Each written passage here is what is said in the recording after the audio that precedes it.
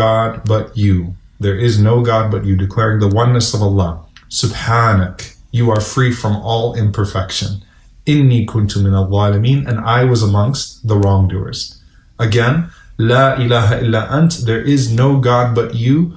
Subhanak, how perfect are you, free from all imperfections, and how imperfect am I. Inni kuntu min al-zalimin. I was from the wrongdoers. When he said that, the Prophet ﷺ said, and this is the most important part of the hadith after the dua, he said ﷺ, لَمْ يَدْعُ بِهَا مُسْلِمْ رَبَّهُ فِي شَيْءٍ قَطْ. No Muslim will call upon his Lord with that prayer at all. Qat. Okay, so there's no exception to this. So if someone starts thinking, well, I'm not Yunus alayhi salam, I'm not worthy of my dua being answered, the Prophet ﷺ said, no believer will call upon Allah with that prayer except that Allah subhanahu wa ta'ala is illa istajaba lahu, except that Allah will answer his prayers. No Muslim will call upon Allah with that prayer except that Allah will answer his prayers. Think about that for a moment. Now, we've talked about the different ways that Allah answers your prayers.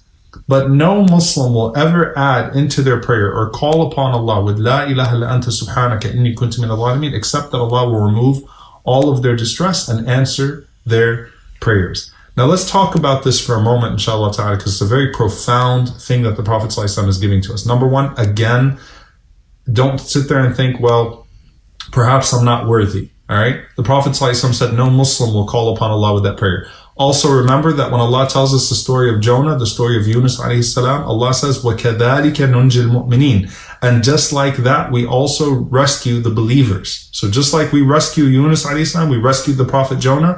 كَذَلِكَ نُنْجِ الْمُؤْمِنِينَ. That's how we rescue the believers as well. With their words, with that expression, with that sincerity.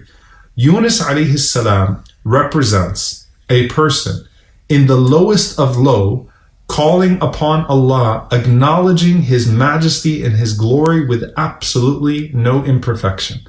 So Yunus alayhi salam is at his lowest point, and he calls upon Allah subhanahu wa ta'ala, as Ibn Mas'ud radiallahu anhu said, in the darkness of the night, in the darkness of the ocean, in the darkness of the belly of that whale, Yunus alayhi salam calls out from the bottom of the ocean, La ilaha illa anta subhanaka inni kuntu min al-zalimin.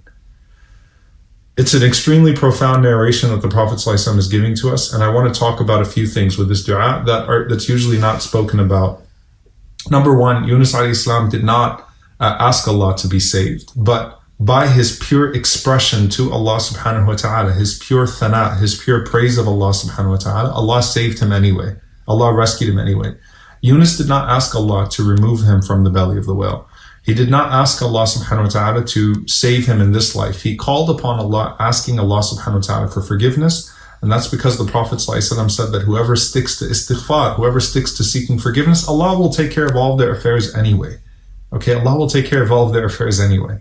And so he didn't even have to call upon Allah and ask Allah for the specific saving and rescue that he was asking. It was just a complete comprehensive, oh Allah, you are perfect, I am imperfect. You were always generous to me, and I am consistently deficient in my responsibility to you.